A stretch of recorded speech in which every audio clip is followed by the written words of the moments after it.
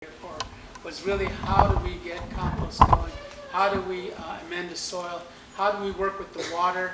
Make sure that the water is not antibacterial, but works with the soil and the plants. So we're going to get to that. But before I go into this, the Lakota, the Cheyenne, the different tribes probably became the richest based on what? Does anybody know?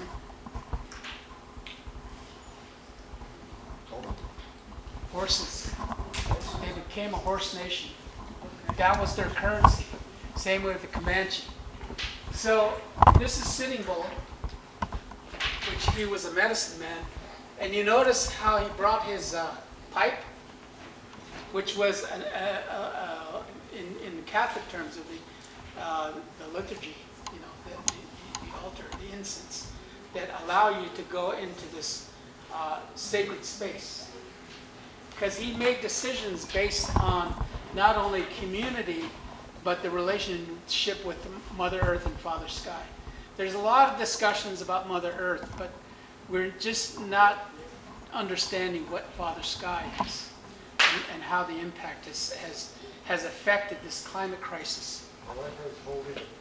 Yes. Yeah. He's holding the pipe knowing that he's connected. He has to make this spiritual phone calls.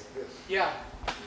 And then, of course, our buddy here, General Armstrong Custer, who was running for pregnancy, I keep running this whole, running for presidency 100 years to the spot. He's full of prestige. The Crow Scouts told him, General, don't go down there. Because they were in this spiritual reality, which was a warning that death is coming. But he went ahead because of his distraction by arrogance. I'm writing a book called Disrupted by Nature and Distracted by Arrogance. I'm just like you. I've been disrupted by nature. So I'm trying to really balance myself in that context. Colonization, I didn't realize, what did you say, Michael? He said, I know my ABDs. You guys don't get it, right? I know my ABDs. When I had turned, seventh grade was when I started learning how to read and write. Up to that point, I was just in the system. I mean, and I used to kind of shield myself by saying, I know my ABDs. So I was thinking, what educated me during that time? And what educated me was my grandfather, my grandmother, my parents, my folks that were very much had this indigenous knowledge. Every time an elder dies, you might as well burn down a library, right? Yeah. That's so much information there of observation through the years that is really, really sacred.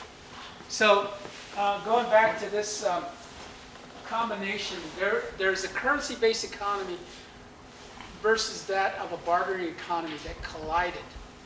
When it collided, it said that there was about $21,000 floating through the prairie.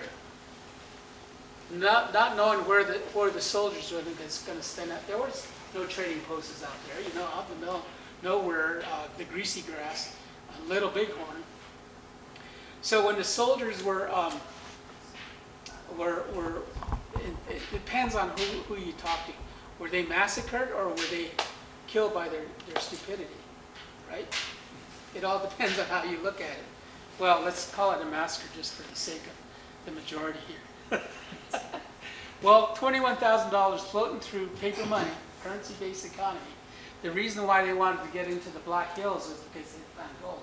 The reason why Navajos, our people, were put in Fort Sumner at Bosque Redondo was because some colonel said there was gold on Navajo land. There was nothing that was mapped because the Navajo people were lords of the land.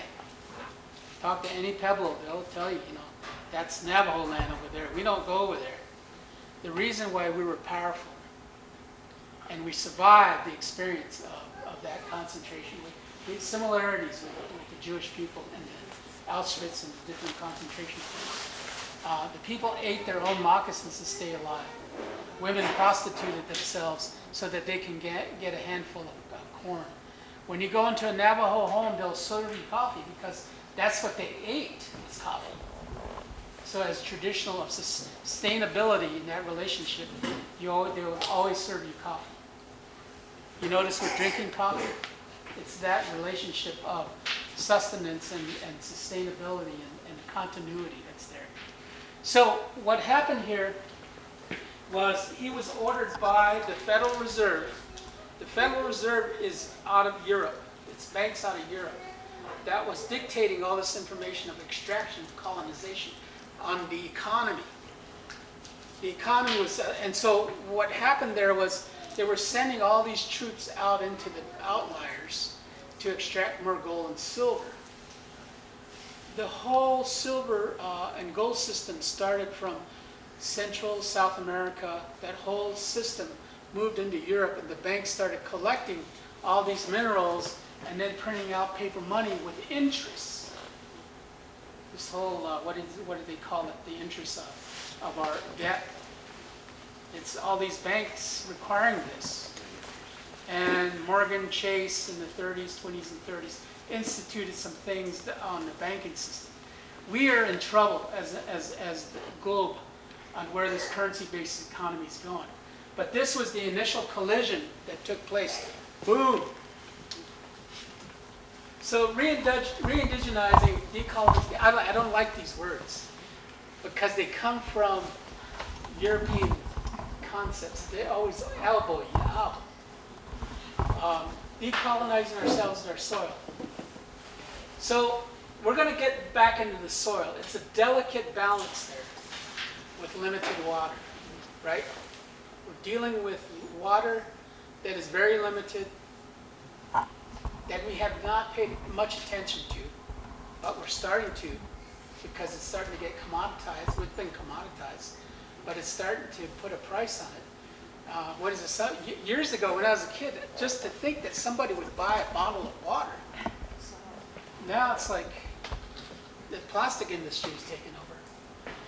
Maximizing soil production is not the main reason of production. It's really the primary concern is our relationship with the cycles and the systems of the earth. It involves indigenous knowledge and application by copying nature's patterns, the fractal systems that are in nature, the things that tap us into that. Yeah, biomimicry. I can't say that. Biodynamics, right? I love this word. Biodynamics. Yeah. They're much more alive than re-indigenizing and decolonizing. There you go. I know you're going to catch me on that. No, I love it. Yeah. Producing crops not in quantity but quality. Wow. The food you said, if you grew up in the 40s and 50s, lucky you. That was when things tasted like beef. Things tasted like the real vegetables.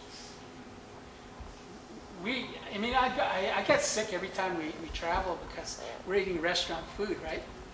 But last night we had some really good food. It didn't bother me, so that was good. That was at a pub. Urban Pizza. Urban Pizza, very good. Do their appetizers. Helping Mother Earth regain the balance with her help. It's really out of balance right now. So once you start getting back into balance, John and Morgan will know this, is that you're going to run into problems. Just because you mimic the Mother Nature doesn't mean you're not going to have problems. I've seen it over and over and over in backyard urban gardens, is that once they start going back natural, they're going to get a slew. You know, Dwayne, you'll get a slew of bugs because you got to research who previously owned this. Was it an automotive company? Was it like I was telling you about? So you have to really research what you're growing. We're lucky because what my grandpa did was deep plow. So it ruined the topsoil. So right now, we're remediating by putting the topsoil back and working with the microbes, honoring the microbes. So, this is a Barboncito. He's a guy, the medicine man for the Navajos, that went to Fort Sumner. He was called from Canyon de Chelly. 300 Navajos had gone up to the Fortress Rock, they call it. And they built some, ladders, right? And they settled, and the troops from Kit Carson. And let me tell you about this. Kit Carson knew how to, they used the same model as they did in the South. Burn and pillage. Burn the crops, because this is a brittle environment, right? So a lot of Navajos grew small gardens. You could say they were backyard gardeners. And also used the symbiotic relationship with the animals. When the Navajos were the most powerful is when they were eating omega-3 sheep meat, introduced by the Spaniards. And then they became very pastoral. More pastoral than any of the tribes in the Americas. Why? It's because we are Genghis Khan's descendants. And guess what? That horse that came from the Russian steppes, went through Portugal and Spain, came across the seas. We had our oral tradition looking at, that's the dog. That's the dog. Because we had stories of the dog. So the dog that we have now became the poop of the horse, which is the burden barrier. So we don't call them dogs, we call them the poop of the horse, take shine. Very interesting. It lost its title, right? Because they were the burden bearers, for the indigenous people in the Americas prior to the introduction of the horse. So that proliferation of the horse came out of the Navajos. The Apaches didn't proliferate too much because they ate them. Of course, the Comanche became a very powerful nation. Literally almost drove the Texans out of Texas. But listen, folks, we've got to do some remediation. We've got to do some reconciliation. We've got to do some reciprocity. Because we live on all stolen lands. There is not a one land that hasn't been stolen by the settler colonizers. So there's been no retribution. No wonder your plants don't grow. It's because there's some spiritual things that need to happen. Like you were saying, walking on the microbes, honoring them. And then you go up to the next layer, the four-legged. How do we honor the four-legged? How do we honor the two-legged? Because we started monoculture. Have you noticed, just one crop, monocrop, monocrop, monocrop, instead of the natural. Nature doesn't do that. He mixes it up. So because on this layer of plants, we're monocropping, no wonder we have this polarized monoculture, right? Tensions.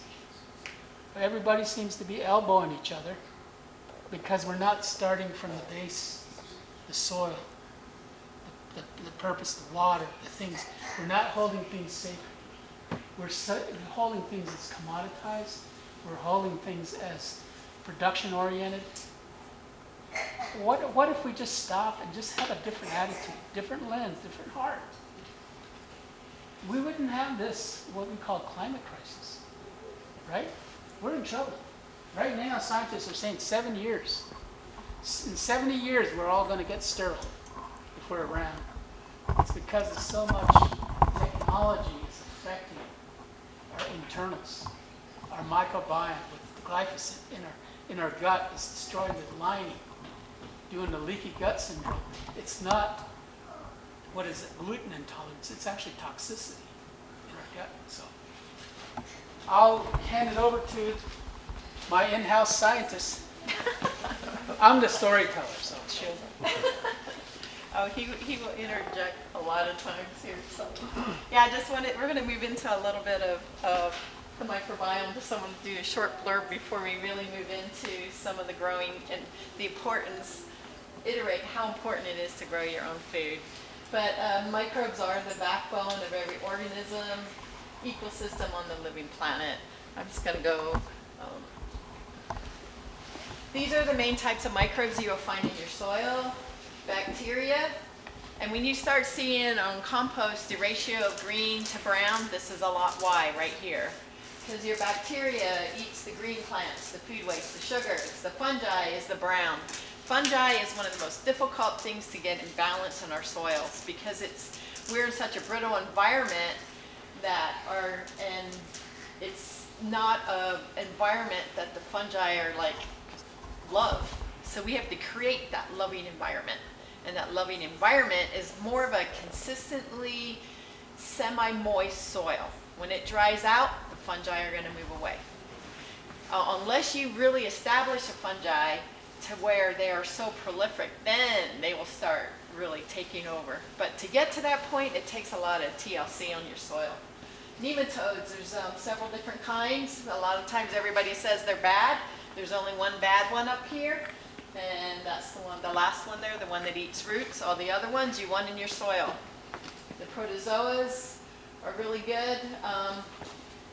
The amoebas and ciliates, the amoebas are really easy to get in your compost. The flagellates really come through your worm compost. So if you can ever incorporate both into your soils, that's really beneficial.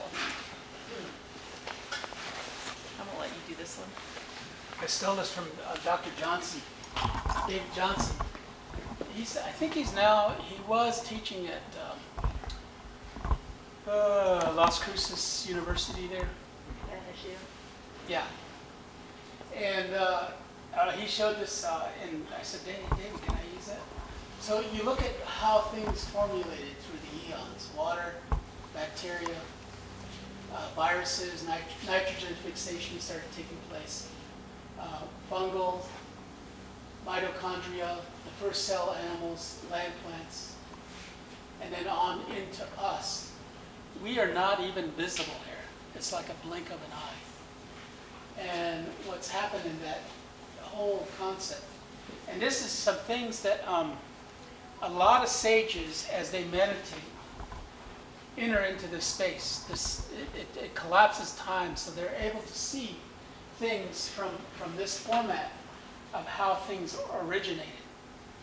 And if we know how things originate, then we begin to understand a little bit more of the connectivity, not just physically, but spiritually and emotionally and psychologically. So in this little us space, we are going to get to a point where we're just destroying this whole thing of the ecosystem that's happening. And what's going to happen once we destroy ourselves is that nature's going to go back to existing the way it always has. So, but I thought, just seeing us in the picture shows us how minute we really are in this larger concept of time. This is one of the reasons I think we're so on our way to extinction is because of this right here, and it's because of the foods we're eating. They are making us sterile, they are causing so many diseases, and you can see this single layer Cell wall, and it's in our gut membrane. And when it gets compromised, now all this crap is leaking through our guts into our bloodstream, and all this crap, most of this crap is found on our foods: pesticides, herbicides, all kinds of stuff. The list can go on. And it's really causing a lot of issues: inflammatory, diabetes. This is cause almost everything you can get out there. Well, she should say crap. Some of us are eating like really good, we're wheatgrass juicing, and carrots, and all that wonderful stuff. But what can happen is, because of this compromise in the gut lining, is that even though we eat good food, it's going to create this inflammation. And the thing about cancer is it's an extractive cell that lives for itself. Doesn't that sound familiar? In the microbiome, it lives for itself. And so it'll extract. And that's what it does in the inflammation, is that these cells go rampant. And this is just showing several things that's decreased over the years. The phytochemical richness has declined 10 to 50%. I mean, that's huge. The microbes make a lot of these phytochemicals in our plants, but when we get the pesticides on and we get the herbicides, it's killing the phytochemicals, it kills the microbes. Wild fruits contain phytochemicals that nurture and saturate, and so the more you, if you can and have the opportunity to go back to wild, that's incredible. Learn to eat your wild plants, man. I think that's where some of the answer on some of our health might be coming. Go ahead. On phytochemicals, it's really a plant's response as a defense mechanism. But in that defense mechanism, it creates this chemical that is really beneficial, heavy in antioxidants and things like that. So when a sheep, let's say there's a blade of grass, he'll chomp on it, where a horse pulls out the whole roots. But the sheep will chomp on it, and the grass is going to say, "Oh, I've been hurt, I've been damaged," and that grass plant will grow more robust because of that symbiotic relationship with the herbivore. And the phytochemicals come out of the plant themselves, and that's where you're going to see a lot of the berries, especially blueberries up in the Arctic, has some of the highest nutrient levels. We've kind of dumbed it down here in the lower 48 by modifying a lot of these blueberries and all that to where it's really dumbed down too. Next slide. Yep. I wanted to put up, I don't know if anybody's heard of the Environmental Working Group. Anybody hear them? Yeah, if you really want to see what's on your foods, research, go online to this site. They do a lot of research on pesticides, what fruits and vegetables have the most herbicides and pesticides, and these are the ones that they've come up with. And every year they come up with a whole new list, and I think this is 2022. And strawberries, 90% have over 22 pesticides and herbicides on. And so it's just a killer for us. It's a guide. Where do we go to get, which ones do we want to get or buy organic? So we will look at this, and we're like, okay, we know these are the dirtiest. Let's try to get the organics on this list. And so, like I say, it's just a guide. It's, yeah, go ahead and then they have a list called the Clean 15. This Dirty Dozen, when I looked at that, I said, wow, I love strawberries. And why does strawberries seem to be it's because of the skin on the strawberry. It seems to capture the sprays a lot better than if you had smooth skin on some of the surfaces. A lot of these are things that are harvested green, and so they'll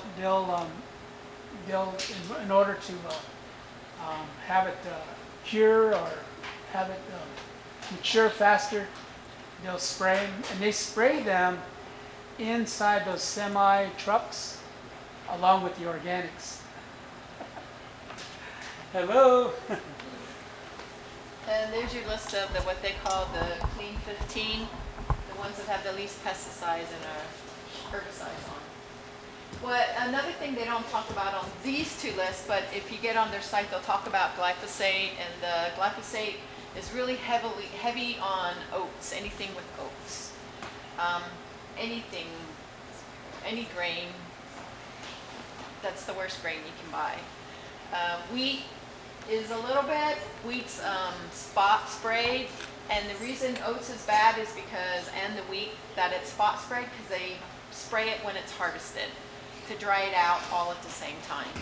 And so here we're getting this fresh glyphosate in our cereals and our granola bars and our wheats and everything, and it's really, it's just amazing how terrible they really are. Another one that's not real good they're finding is hummus. I'm interchanging words, hummus, because it's the garbanzo beans, and beans in general are sprayed pretty heavy. Not as bad as oats, but that was really sad for me. He says, now I've got to look for organic hummus. Or make your own. Yes, and I'm learning. We did try to grow wheat ourselves, and guess what the best manure was for wheat for me? Dog poop. I didn't tell her, but I just went ahead and took my dog poop and You tell me later. put it out there, and man, did that wheat do well. And so we ended up harvesting it and making, I made it, how many loaves? 5 loaves? Yeah, I would say. Yeah, 5 loaves. And it's hard work. It's a good lot to of- experience that though. You know, what our ancestors had to go Yeah. through. Your ancestors, I should say. I just want to go over a quick slide on the nutrient cycling and how the plants get the nutrients. We have a choice. Do we feed the plants or are we going to feed the soil microbes? If you feed the plants, you are the one that are feeding and putting the nutrients, decide who gives the plants the food, the nutrients, and ultimately the nutrient density. But if you let the soil microbes and you feed the soil and let the soil microbes determine, you get a much more higher nutrient-rich plant food that comes out of it. But it's the same thing. There's cycles all over in nature, in the earth, soil. You have the bacteria and the fungi that come up to the roots because the plant root is just shooting out exudates, carbohydrates, and I think you'll see in the next picture a lot of foods that fungi and bacteria just love, and so they do it on purpose because they want the bacteria and fungi right around their roots. The protozoas, nematodes, then they want to eat something too, and they love eating bacteria and fungi, so they're coming up to the roots. So all this activity is taking place right around the root level. And all the waste products are coming out, and all these wonderful calciums, potassiums, boron, nitrogens, anything you can think of that the plant wants. And the plant actually has this conversation with the microbes. Hey, I need some magnesium, and find a microbe that has magnesium to release it for them. So there's all these conversations that are going on down in the soil. And we approach agriculture, if you look at the blue, it's more chemistry-based agriculture. What we're espousing, there has to be a balance of the biology. So the biology are the nematodes, the bacteria, the fungi. All of those, we're just now finding more and more books coming out that talk. Nicole Masters is one of them. We learned under Elaine Ingham, which I think you guys have mentioned her. We took her out to Gallup and she did a presentation there. We drove her back and said, is there a way to neutralize radiation on the reservation?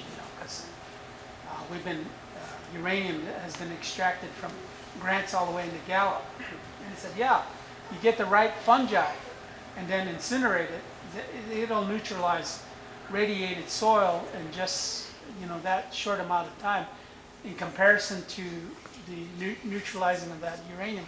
What is it, 1,000 years I think it takes? Yeah, So- she said 6 months. You can do it. It's like incredible. How do you do it? You grow certain fungi. In a compost. Yeah, the only reason they didn't do that was because we didn't have enough organic material on the res. So part of the things that you guys have to keep in mind, especially those that drove up from Las Cruces, which I think is really crazy to do that, to just come here, but the ratio of bacteria to fungi is really keeping an eye on that. We're heavily bacteria in the Southwest. That creates the brittle environment, that creates certain species or plants that are very medicinal, very heavily. In this area, we've got lots of medicine plants, but we're not using them. We're calling them weeds. Like sage is a tremendous antibacterial. Sage is actually, Navajos are using it to fight off COVID-19, making it into teas and things like that. There's a whole indigenous knowledge that's not being tapped into. I've been talking to a lot of herbalists. What do they call herbalists? Yeah. My mom was an herbalist. She always used to say, the plants are reaching out to heal us. And the healing comes through the microbes creating the medicine, and then the plants uptaking. And then when we eat the plants, it actually becomes food as medicine, not as commodity. We're at a commodity stage just to fill our guts, just to feel full. And that's the reason why I say it, strongly say that, is because as indigenous people, we're trying to decolonize ourselves from the commoditization, because they gave us some of the worst foods, handouts, processed foods. And we're having these hypertension and diabetes. If only we get back to sheep meat, omega-3s, away from omega-6s. And that's what really,